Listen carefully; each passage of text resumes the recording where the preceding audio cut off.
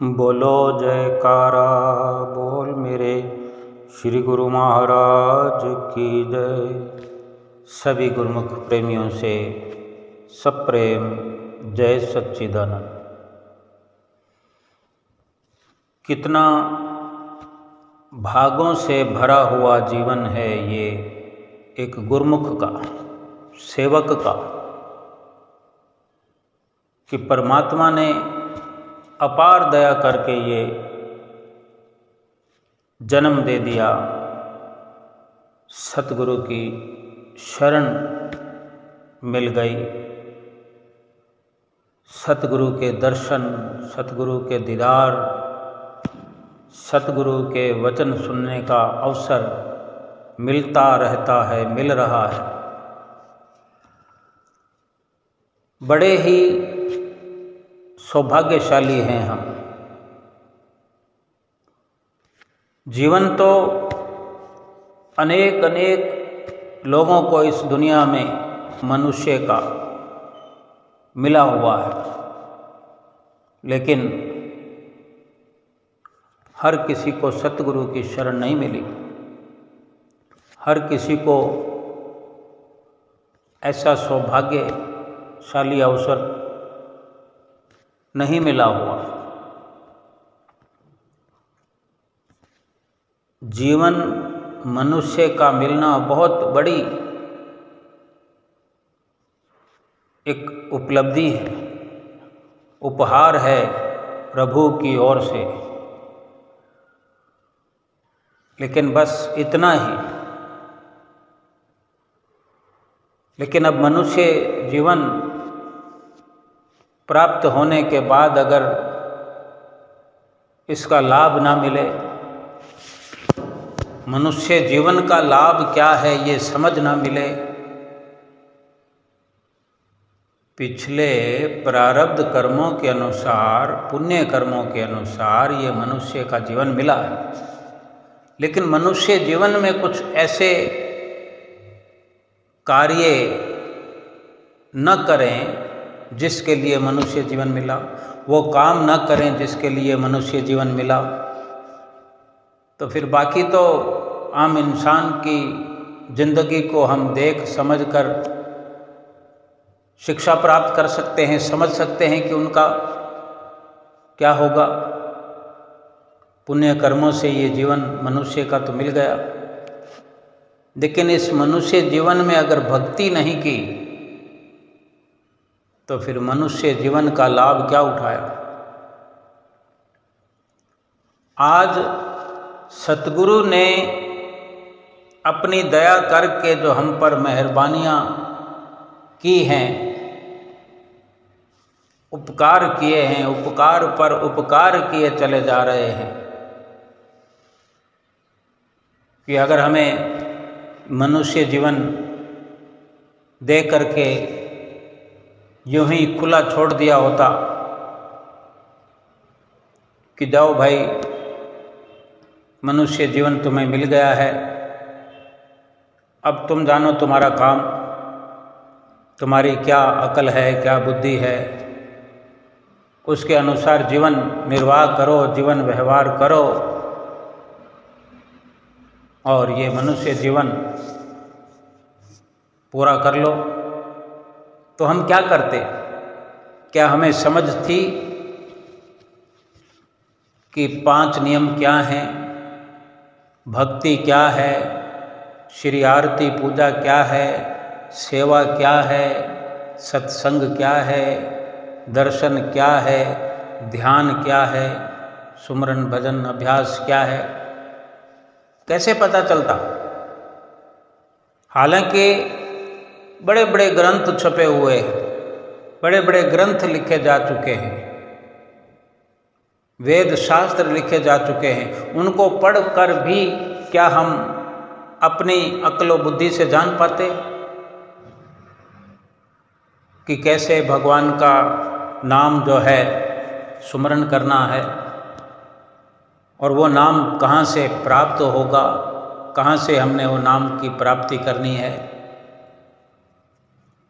सत्संग कैसे करना है, सेवा कैसे करनी है, ये 5 नियम जो हैं अपने आप में एक दूसरे के पूरक हैं। अगर आरती पूजा पहला नियम है तो आरती पूजा से वो सारी शिक्षाएं मिलती है, आरती पूजा के शब्दों से वो सारी समझ मिलती है अगर हम समझना चाहें। ये सब सतगुरु की कृपा होने पर भी अगर हम अपनी ओर से पुरुषार्थ ना करें तो भी लाभ नहीं होगा। आरती पूजा से सेवा की भी समझ मिलती है, सत्संग की भी समझ मिलती है, दर्शन ध्यान की समझ मिलती है कि सेवा का क्या अवसर है। आरती पूजा में ही हम गाया करते हैं कि गुरु की सेवा सब सुख खान, सेवक पावे दरगह मान। सत्संग का भी जिक्र आता है, भजन सुमरन का भी जिक्र आता है। कुछ आरती में शब्द हैं, कुछ विनती में शब्द हैं, कुछ स्तोत्र में शब्द हैं, कुछ छंद में, कुछ स्तुति में, कुछ अमृत वेले में, कुछ गुरु महिमा में। ऐसे ऐसे गूढ़, ऐसे ऐसे राज से भरे हुए, गहरे गहरे राज से भरे हुए एक एक शब्द आरती पूजा के पूरे इस प्रोग्राम में हमें समझने को मिलते हैं और समझने के बाद फिर उस पर अमल करने का अवसर मिलता है। और जो सेवा का नियम है, सेवा करते हैं हम, तो सेवा करते हुए भी हमें आरती पूजा की समझ मिलने लगती है, सेवा करते हुए दर्शनों की समझ मिलने लगती है, सेवा करते हुए सुमरन भजन सत्संग की समझ मिलती है। सेवा करने से ही अनुभव होता है कि सत्य क्या है, झूठ क्या है। जब सेवा का लाभ मिलने लगता है, जब सेवा को दिल से किया जाए, सेवा को भाव से किया जाए, सेवा को अपने लिए किया जाए, अपने आप के लिए, अपने भले के लिए किया जाए, ये समझ कर कि ये मेरा अपना लाभ है, मेरा इसमें भला निहित है। और सत्संग का जो अवसर मिलता है, बार बार सत्संग हम सुनते हैं, सतगुरु की चरण शरण में बैठते हैं, सतगुरु के मुखारविंद से वचन सुनते हैं, कम से कम हुक्मनामा तो रोज सुनते हैं। सतगुरु का दर्शन करते हुए सत्संग सुनना, ध्यान सतगुरु की ओर लगाते हुए सत्संग श्रवण करना, ध्यान सतगुरु का करते हुए सुमरन करना। बेशक 5 मिनट का ही मौन ध्यान श्री आरती पूजा में दोनों समय कराया जाता है, सिखाया जाता है। और फिर इसको आगे बढ़ाने के लिए 2 घंटे का हमें हमेशा पाठ पढ़ाया जाता है कि सुमरन भजन अभ्यास को 2 घंटे करना है। ये समझ कहाँ से मिलती अगर सतगुरु की शरण ना मिली होती। केवल परमात्मा ने मनुष्य का जन्म दे करके हमें अपनी मन मर्जी पर छोड़ दिया होता और अपनी मन मति से, अपने मन के मुताबिक, मन के कहने पर, मन की रहनुमाई में चल करके कैसे हम अपनी जीवात्मा का कल्याण करते, कैसे भक्ति की प्राप्ति होती। इसलिए ये जीवन मनुष्य का बड़े सौभाग्य से मिला हुआ है और उस पर एक से बढ़कर एक सौभाग्य बनते चले गए हैं कि सतगुरु का संग मिला, भक्ति का रंग मिला, 5 नियमों की 2 घंटे भजन अभ्यास की पालना करने का जीवन उद्धार का ढंग मिला। अपनी मर्जी से हम क्या कर पाते, हमें क्या समझ है। एक इंसान को जिसको सतगुरु की शरण नहीं मिली उसको कितनी समझ है। जो अपनी मन मर्जी से, मन की मति पर, मन के कहने पर, अपनी मर्जी और अपनी इच्छा पर जो जीवन को जी रहा है, बेशक भगवान को चाहता है, भगवान को पाना चाहता है, भगवान से मिलने की तमन्ना भी है, बहुत कुछ जानता है, बहुत कुछ समझता है, लेकिन सतगुरु की शरण न मिलने के कारण जो अपनी मन मर्जी से वो कार्रवाई कर रहा है, कभी इधर चल पड़ता है तो कभी उधर चल पड़ता है। किसी ने कहा इधर चलो तो इधर चल गया, कभी किसी ने कहा कि उधर चलो तो उधर चल गया। तो ये मन जहाँ जहाँ उसको ले जाता है चलता रहता है अपने मन की मति पर। और मन की मति का त्याग करना भी गुरु मति के कारण संभव हो सकता है। गुरु की मति तू ले अयाने,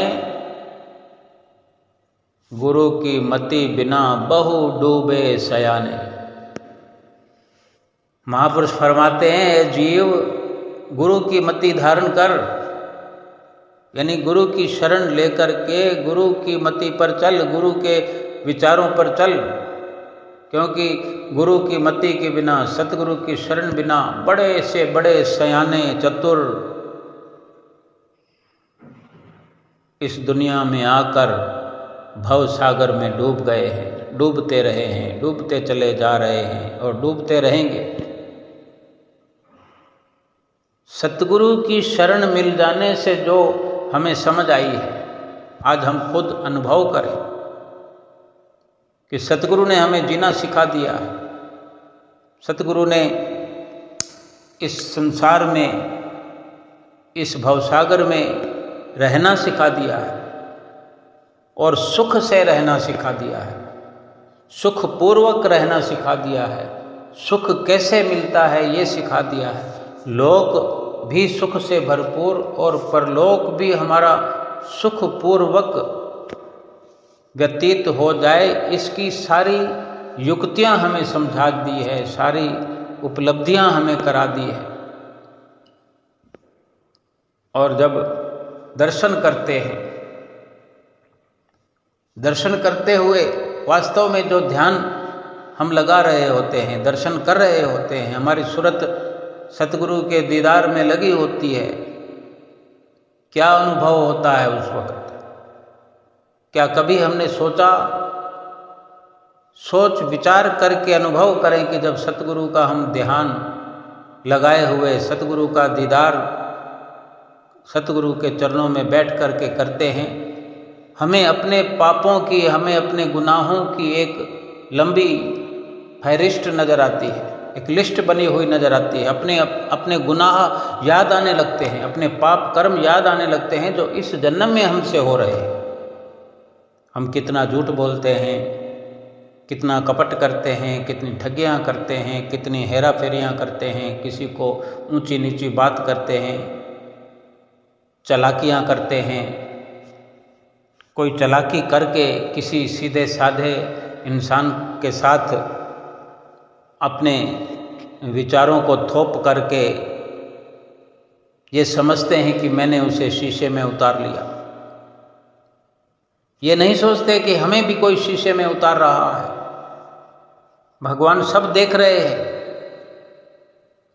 यही तो संसार में हो रहा है। आज हम चारों तरफ नज़र उठा के दें, कोई समाचार पत्र पढ़ें, कोई किसी भी प्रकार की खबर देखें, टीवी में खबर देखें, सोशल मीडिया का ये ज़माना है, चारों ओर से कोई खुशी की लहर या खुशी की खबर आती हुई नज़र आती है हमें। कभी सुबह से लेकर सुबह से लेकर रात तक कोई हमने अनुभव किया आज तक कि संसार में कोई खुशी की लहर आई है, कोई सुख का पैगाम आया है? ये संसार भगवान ने रचा है, ये संसार की रचना भगवान ने रचाई है। तो भगवान क्या हमारा भला नहीं चाहते? अगर भला ना चाहते होते तो हमें ये मनुष्य जन्म क्यों देते? भगवान को हम पर दया ना आई होती, भगवान दया करने वाले ना होते, दयालु ना होते, तो ये दया हम पर कैसे उतरती? क्योंकि संसार में 84 लाख योनियों में विचरण करने वाले भी तो करोड़ों करोड़ों अरबों अरबों जीव जंत हैं यहाँ पर।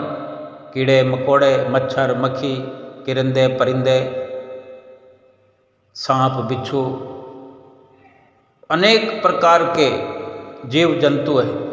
अगर दया हम पर ना आई होती, पुनीत कर्म हमारे जो फलीभूत हुए वो देख करके उन्होंने हम पर कृपा न की होती, तो फिर मनुष्य जन्म थोड़े ही मिलता। जहाँ इतने जीव जंतु हैं तो हमें भी उन्हीं श्रेणी में डाल दिया होता। लेकिन परमात्मा ने, प्रभु ने, भगवान ने छंटनी की है, हमारे एक एक पुण्य कर्म को जोड़ा है। अगर अनेक जन्मों के पुण्य कर्मों को जोड़ जोड़ करके एक श्रृंखला बनाकर, एक कड़ी में पिरो करके ये मनुष्य जन्म मिल सकता है, तो सोचो इस मनुष्य जन्म में अगर हम ऐसे पुनीत कर्मों का अंबार लगा दें, ढेर लगा दें, तो फिर करोड़ों जन्मों के पुण्यों को जोड़ने की जरूरत क्यों मिले, क्यों पड़े, क्यों श्रृंखला बनानी पड़े, अनेक जन्मों के पुण्य कर्मों को ढूंढना पड़े, इकट्ठा करना पड़े। इसी एक जन्म, इसी एक मनुष्य जीवन में, इसी एक जन्म में इतनी हमको पावर दी है, ये मनुष्य जन्म में ही पावर दी है, अवसर दिया है। लेकिन सतगुरु की शरण मिल जाने के बाद मनुष्य जीवन पाकर, ये विशेष अवसर पाकर विशेष कार्य यही करना है कि सतगुरु की शरण हासिल करना है। अगर सतगुरु की शरण हासिल नहीं हुई तो फिर कुछ भी नहीं हुआ। क्या कर पाएंगे हम? पिछले जन्मों के अनुसार, जब मनुष्य जन्म हमें मिल गया है, उस पिछले जन्मों के अनुसार सुख और दुख भोगते रहेंगे। कभी शरीर पर हम दुख देखेंगे, कभी सुख देखेंगे, कभी अच्छा हो रहा है, कभी बुरा हो रहा है, कभी ठीक, कभी बेठीक, कभी ऊपर उड़ रहे हैं, कभी नीचे गिर रहे हैं। तो इनका कोई ऐसा लाभ नहीं हो सकता, क्योंकि जब अच्छे और बुरे से, लाभ और हानि से ऊपर उठ करके सतगुरु की मति पर चल करके कर्म ना किए जाएं, एक ही जीवन में सारी पिछले जन्मों जन्मांतरों की जो लिखा पड़ी है, जो लेखा जोखा है, जो बही खाता है, वो सब का सब मिटाना है, तो सबसे पहले सतगुरु की शरण में आना है। क्योंकि सतगुरु की शरण में आने से ही सतगुरु ऐसी युक्ति बताते हैं, ऐसी तरकीब बताते हैं कि एक एक श्वास के अंदर हजारों हजारों, लाखों लाखों, करोड़ों जन्मों के पाप कर्म भस्म हो जाते हैं। वो सुमरन है, वो ध्यान है, वो भजन अभ्यास है।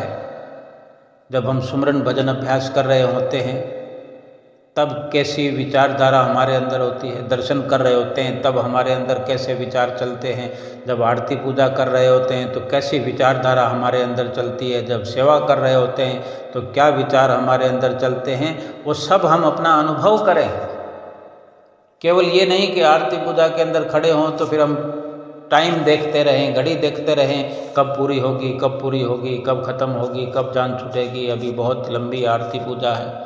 सेवा कर रहे हों तब भी ऐसा सोच विचार रखें, टाइम देखते रहें। इस प्रकार हिसाब किताब नहीं लगाना है 5 नियमों की पालना करते हुए, बल्कि दिल से श्री आरती पूजा करनी है। एक एक शब्द को, एक एक शब्द के गूढ़ रहस्यों को समझने का प्रयास करना है, पर्दा उठाना है एक एक शब्द से कि क्या समझाया जा रहा है आरती पूजा के शब्दों के माध्यम से।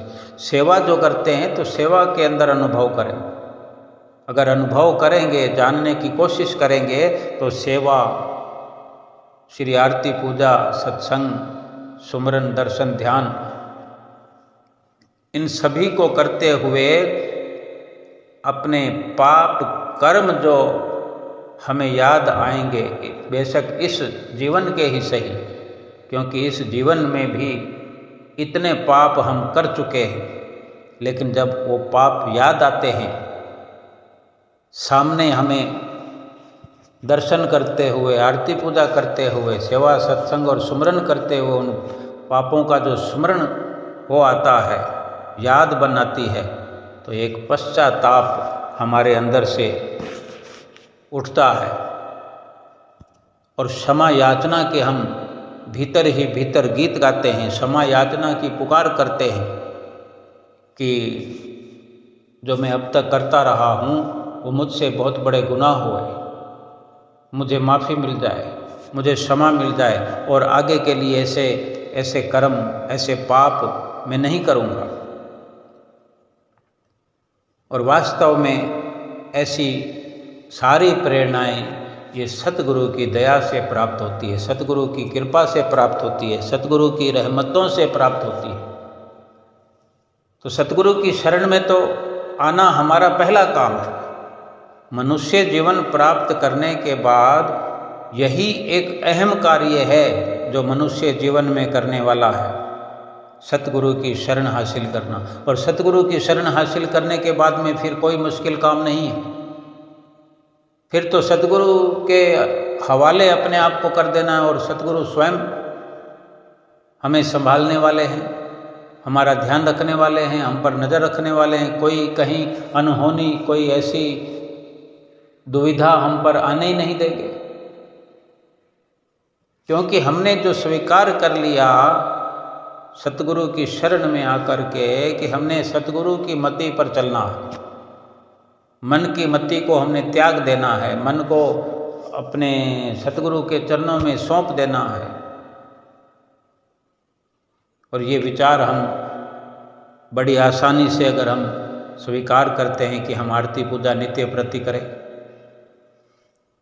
सेवा का अवसर नित्य प्रति प्राप्त करें, सत्संग का भी रोज का रोज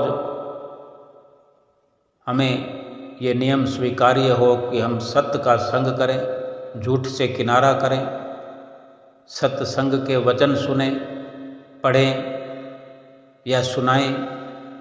यानी ये जुबां गुण अनुवाद गाती रहे, सतगुरु की महिमा के गीत गाती रहे और खुद भी अपने आप में ये संकल्प दोहराते रहें कि मैंने स्वयं करना है और दूसरे के लिए प्रेरणा बनना है।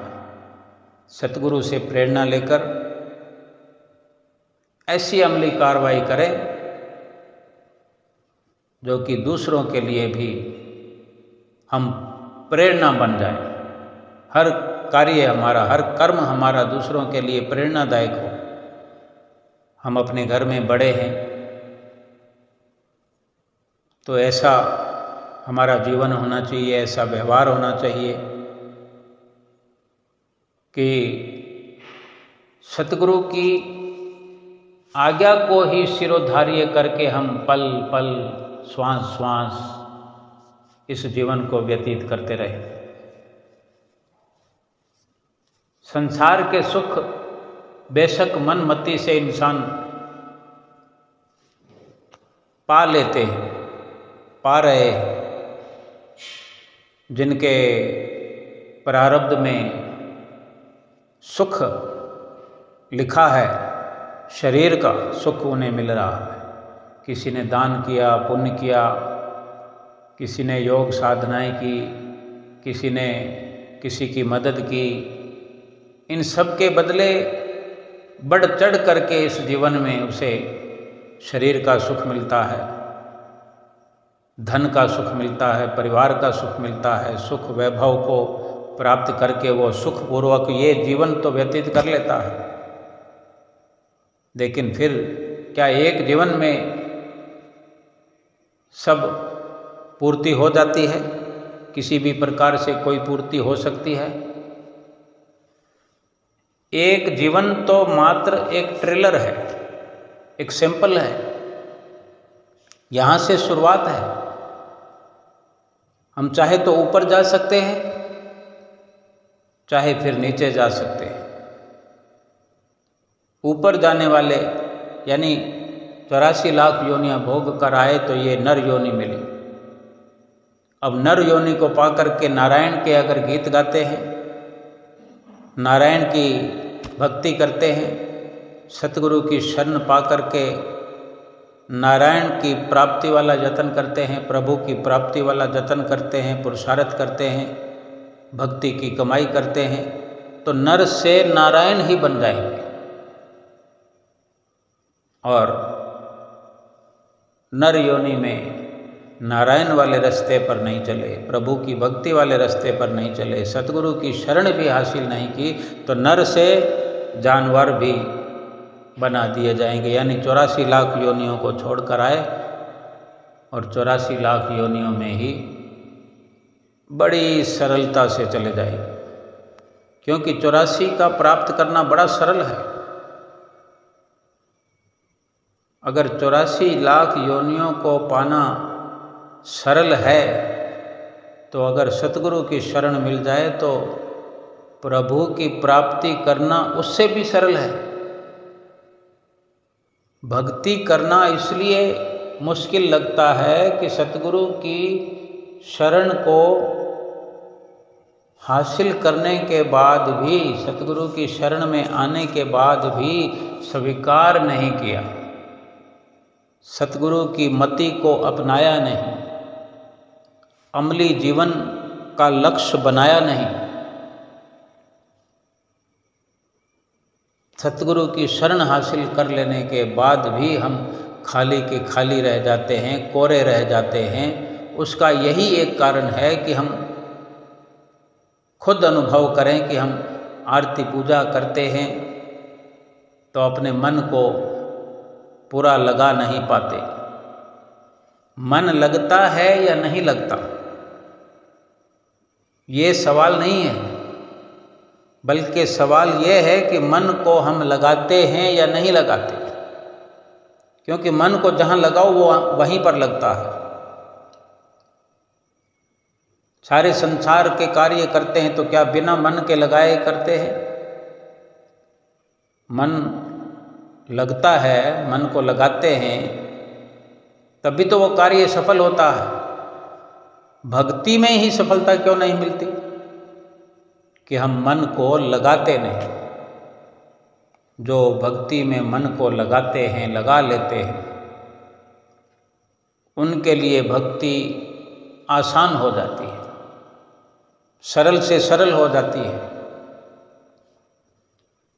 और जिसने इस जीवन में भक्ति को आसान से आसान बना लिया, सरल से सरल बना लिया, सतगुरु की प्रसन्नता को पा लिया,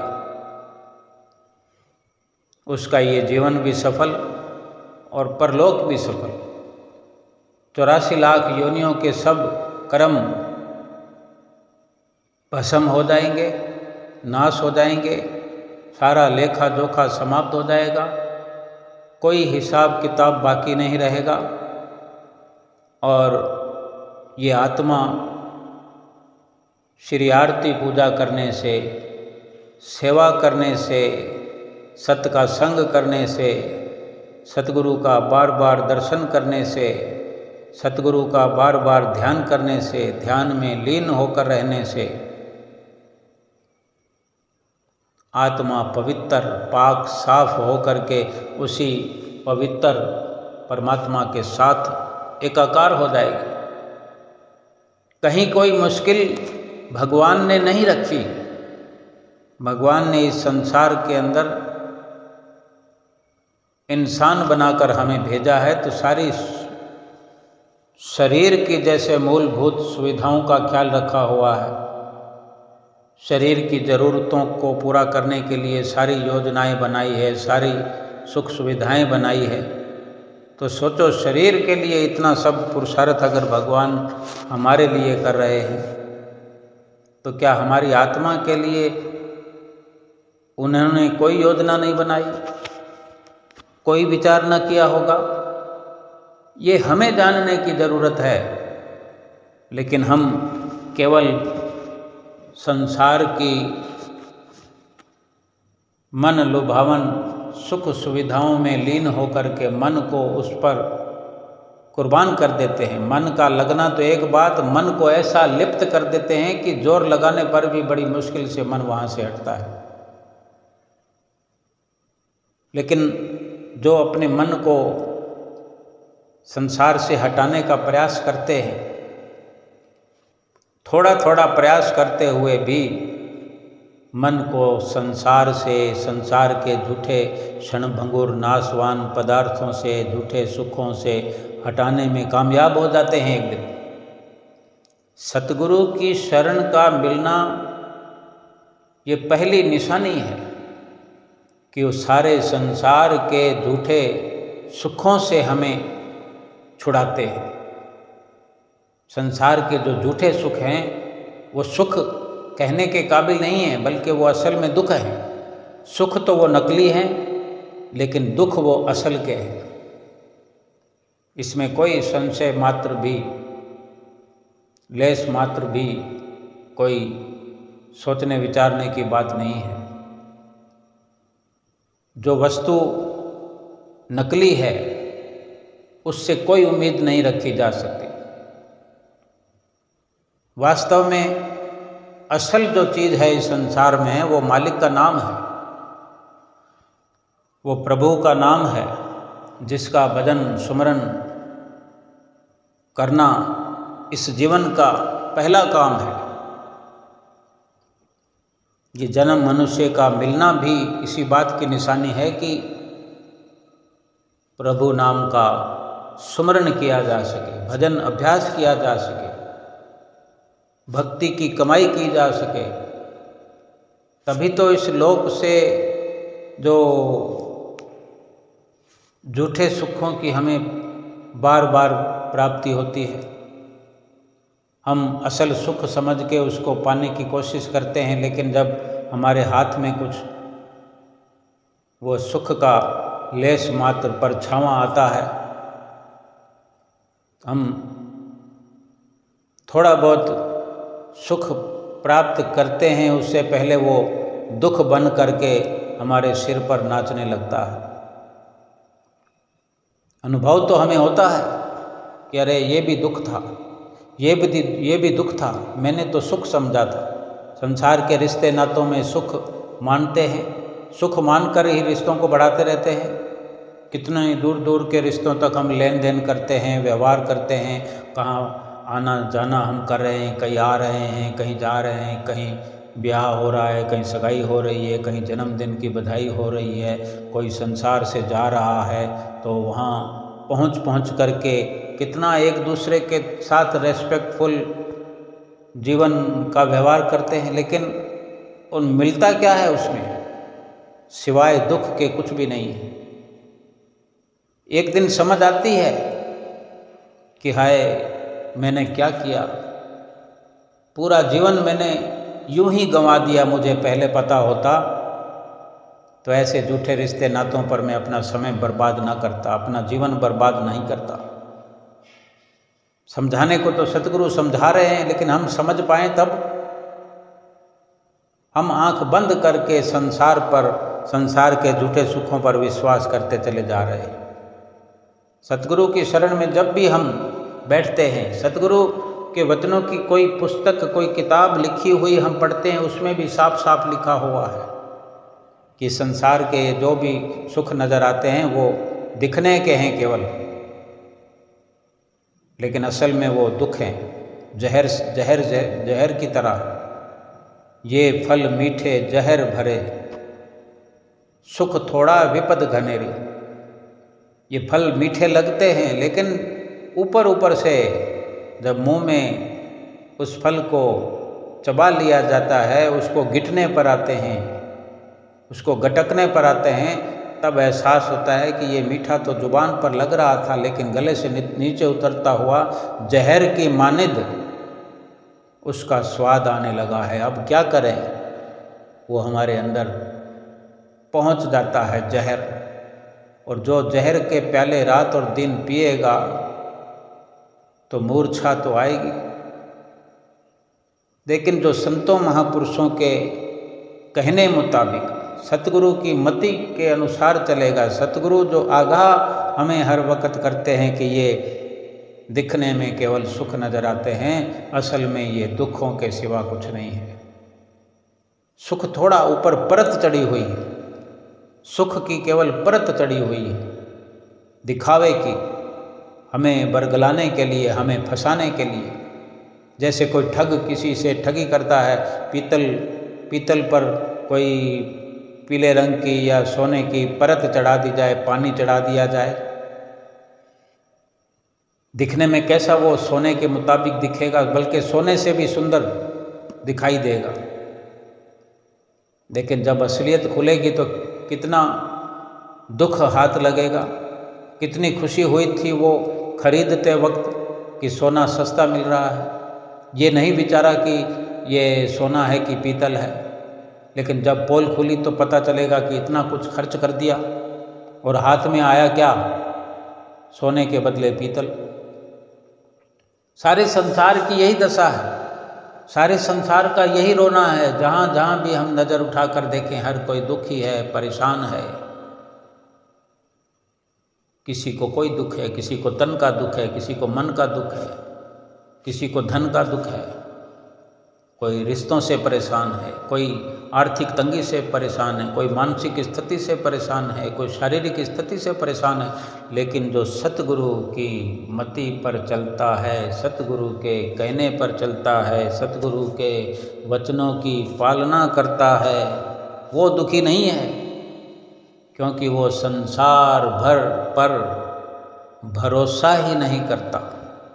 वो केवल और केवल सतगुरु की मति लेने का, सतगुरु की मति पर चलने का यही एक इशारा है कि वो अपने मन की कहने पर नहीं चलता है और अपने मन को सतगुरु के चरणों में सदा सदा के लिए सौंप दिया है। और सतगुरु क्या कहते हैं, सतगुरु की क्या मति है, सतगुरु का क्या विचार है हमारे लिए, सतगुरु की क्या हमारे लिए हिदायत है, क्या शिक्षा है, वो फिर हम समझने के लिए क्यों देर लगाएं। सीधा सीधा समझाते हैं रोज।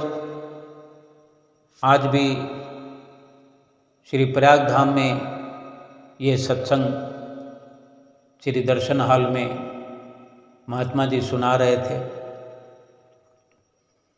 गुरुमुख प्रेमी कहाँ कहाँ से आकर के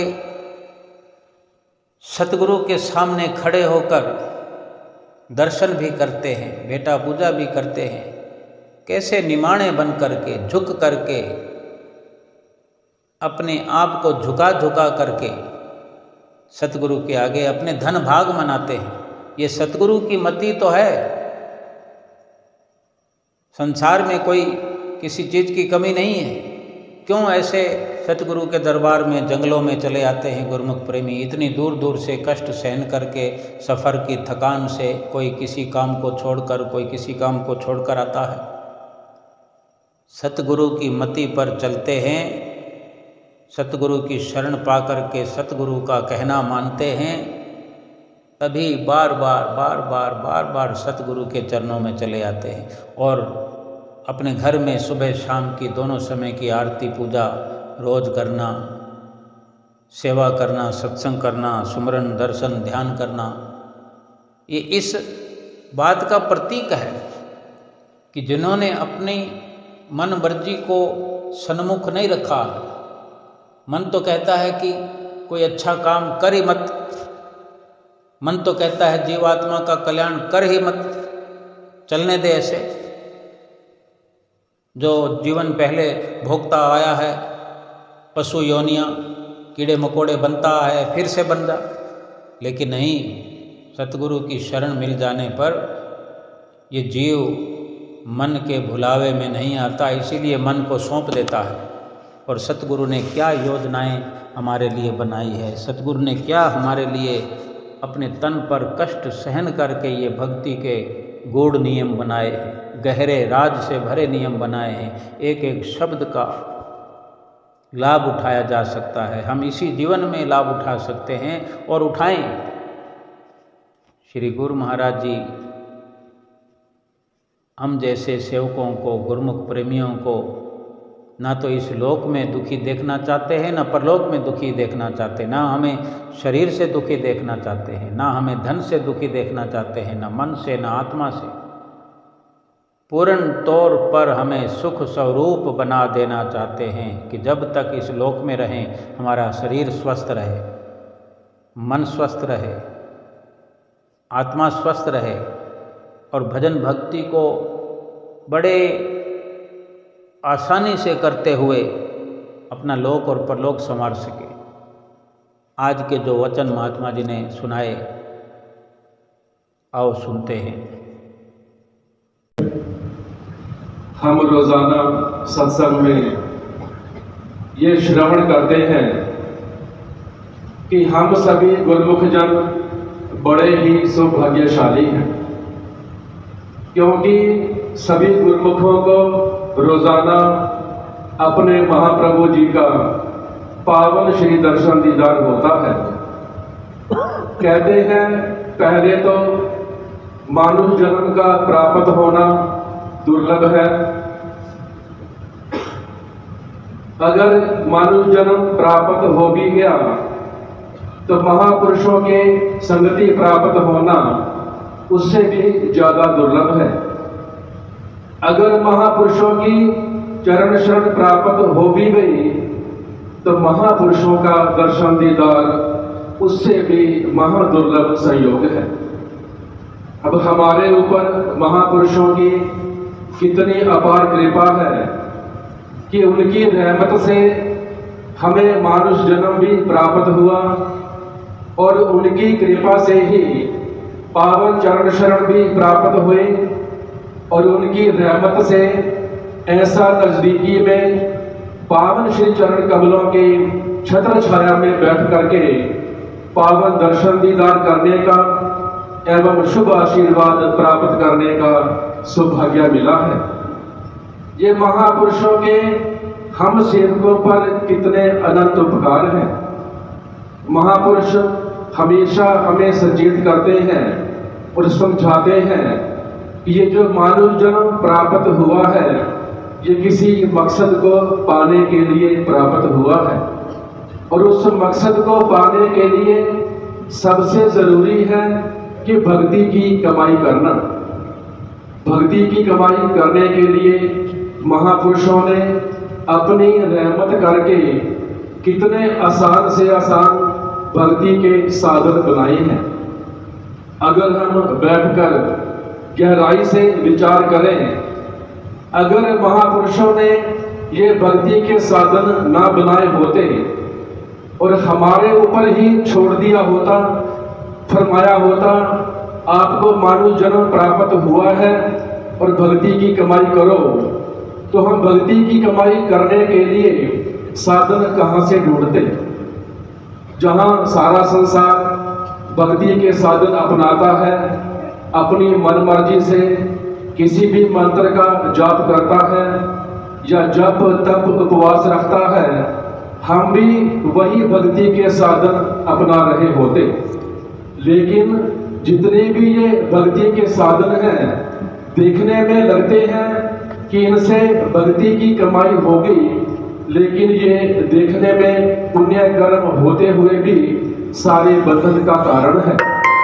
ये महापुरुषों ने कितना महान उपकार किया, हमें मानुष जन्म का मकसद भी समझाया और भक्ति की कमाई करने के लिए स्वयं अपने शरीर पर कष्ट सहन करके हमें भक्ति के साधन तैयार करके दे दिए हैं। अब ये हमारा फर्ज बन जाता है कि महापुरुषों के वचनों की हम हृदय से कदर करें। जो महापुरुष भक्ति के साधन बनाते हैं, केवल उन्हीं को अपनाने से ही जीव भक्ति का सच्चा धन एकत्र कर सकता है। अगर मनमति से कोई और साधन अपनाता है तो कभी भी उसे भक्ति का सच्चा लाभ प्राप्त नहीं होता। ये तो वही बात है, किसी इंसान को भूख लगी हो और उसके सामने खाना तैयार करके किसी थाली में परोस दिया जाए, बस उसने खाना ही है अपनी भूख मिटाने के लिए। वही महापुरुषों ने किया, हमें भक्ति का सच्चा धन प्रदान करने के लिए भक्ति के आसान से आसान साधन बना करके हमें दे दिए हैं। अगर अब हम इन साधनों को नहीं अपनाते हैं, महापुरुषों की आज्ञा को नहीं मानते हैं, फिर ये हमारे अंदर भारी कमी है। महापुरुषों ने अपनी तरफ से किसी प्रकार की कोई कमी नहीं छोड़ी भक्ति का धन प्रदान करने के लिए। अगर कमी है तो हमारे अंदर है। हमें महापुरुषों के वचनों को सच सच मान करके उनकी आज्ञा की पालना करनी चाहिए। कहते हैं सेवक वही जो आज्ञा माने, रहे प्रेम में हुक्म पछाने, गुरु की आज्ञा सत कर माने, छोड़ ख्यालों के ताने बाने। सेवा का ये फर्ज बन जाता है महापुरुषों की आज्ञा को शिरोधार्य करके उनके वचनों पर चलता ही जाए।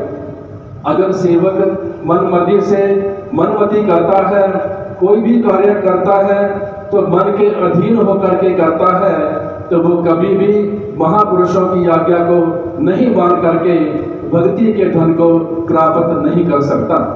जो भी महापुरुष वचन फरमाते हैं वो सेवकों के कल्याण के लिए होते हैं और सेवक को कभी भी महापुरुषों के वचनों पर संशय नहीं करना चाहिए। अगर हम मन के अधीन होकर के महापुरुषों के वचनों पर संशय कर जाते हैं तो कभी भी हम भक्ति की दौलत को प्राप्त नहीं कर सकते। उधर से हम मानते हैं कि महापुरुष पूर्ण पारब्रह्म परमेश्वर का रूप है और दूसरी तरफ उनके वचनों पर संशय करने लग जाते हैं। जब जब भी जीव के अंदर संशय का बीज फूटता है वो केवल महापुरुषों की कृपा से दूर हो सकता है और वो दूर तभी होगा जब महापुरुषों की आज्ञा को हम हृदय से मानेंगे। कितनी महापुरुषों ने इतनी अपार कृपा की है, भक्ति के आसान से आसान साधन बनाए हैं। फरमाते हैं श्री आरती पूजा सुबह शाम हर सेवा को नित्य नियम से रोजाना करनी चाहिए। फरमाया है आरती का एक एक शब्द मन को गहरी चोट मारता है। जहां भी हो, जैसे भी हो, घर में हो, बाहर हो, टूर में हो, बस में, ट्रेन में, कहीं पर भी हो, आपको सुबह शाम बिना नागा आरती पूजा का नियम निभाना चाहिए। दूसरा, गुरु दरबार की निष्काम भाव से सेवा करनी चाहिए। गुरुमुख का ये परम कर्तव्य बन जाता है कभी भी गुरु दरबार की सेवा को बोझ ना समझे। अगर दरबार की सेवा को बोझ समझता है तो उसका मतलब साफ है उसकी हालत भी मजदूर के जैसा हो जाती है जो अपने काम को हमेशा बोझ समझता है और समय देख करके चलता है, कब मेरा समय पूरा होगा, मुझे तनख्वाह मिलेगी और मैं चला जाऊंगा। लेकिन गुरुमुख जन कभी भी गफलत नहीं करते, चाहे सारा दिन सेवा करनी पड़ जाए, बिल्कुल श्रद्धा से प्रेम से सेवा करते हैं, क्योंकि सेवक को ये मालूम होता है अगर मैं सेवा करता हूं तो उसके पीछे भी महापुरुषों की ताकत काम करती है। सेवा में गुरुमुख को कभी भी किसी प्रकार की थकान नहीं होती, क्योंकि यदि महापुरुषों की पावर काम करती है तो गुरुमुख का तो सेवा में थकने का मतलब ही नहीं होता। तीसरा, गुरुमुख को हमेशा सत्संग का सेवन करना चाहिए। ये महापुरुषों ने फरमाया है सत्संग करे सुने ये सेवक का फर्ज बन जाता है। चौथा, महापुरुष फरमाते हैं एक एक श्वास की कीमत तीनों लोगों से भी बढ़कर है। श्वास श्वास के अंदर नाम का सुमरण करना चाहिए, एक भी श्वास जाया नहीं जाए, हमेशा अपने श्वासों को भक्ति के लेखे में लगाना चाहिए।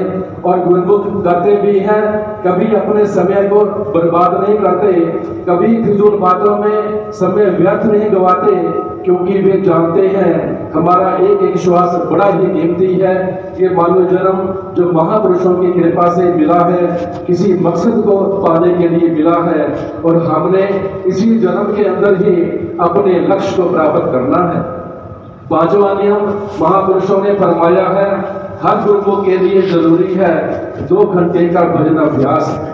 महापुरुषों ने कितनी अपार कृपा की है। जानते हैं आज का जो व्यक्ति है बड़ा व्यस्त है, समय नहीं मिलता, 2 घंटे लगातार नहीं बैठ सकता, तो महापुरुषों ने भी समय के हिसाब से अपने आप में बदलाव ला दिया है। फरमाते हैं अगर कोई 2 घंटे लगातार नहीं बैठ सकता तो दिन में 2 बार 3 बार या आधा घंटा करके 4 बार में, लेकिन नियम को पूरा करना बहुत ही जरूरी है। कितनी महापुरुषों की कृपा है। कई प्रेमी आते हैं, विनती करते हैं, स्वामी जी हम रोगी हैं, हमारे को शारीरिक रोग लगा हुआ है, 2 घंटे लगातार बैठ नहीं सकते, तो महापुरुष वर्णन करते हैं कोई बात नहीं, बैठ करके ना सही आप लेटे लेटे भी इस नियम को पूरा कर सकते हैं। महापुरुषों ने आज के समय को देख करके कितने आसान से आसान भक्ति के साधन बना दिए हैं। किसी प्रकार का खाने का परहेज नहीं बताया, ना ही उपवास करना है। हमेशा फरमाते हैं खाओ पियो आनंद करो, लेकिन 5 नियमों की श्रद्धा से रोजाना पालना करो। जब महापुरुष हमारे ऊपर इतनी मेहनत कर रहे हैं, ऐसा आलीशान दरबार बनाया है हमारे कल्याण के लिए, हमारी जीवात्मा को परमात्मा से एकाकार करने के लिए, अब ये हमारा काम रह जाता है, हमारा परम कर्तव्य हो जाता है कि दरबार के नियमों की श्रद्धा से रोजाना पालना करते हुए महापुरुषों के आशीर्वाद को प्राप्त करके उनकी रहमत के हमेशा हमेशा के लिए पात्र बने रहें। बोलो जयकारा।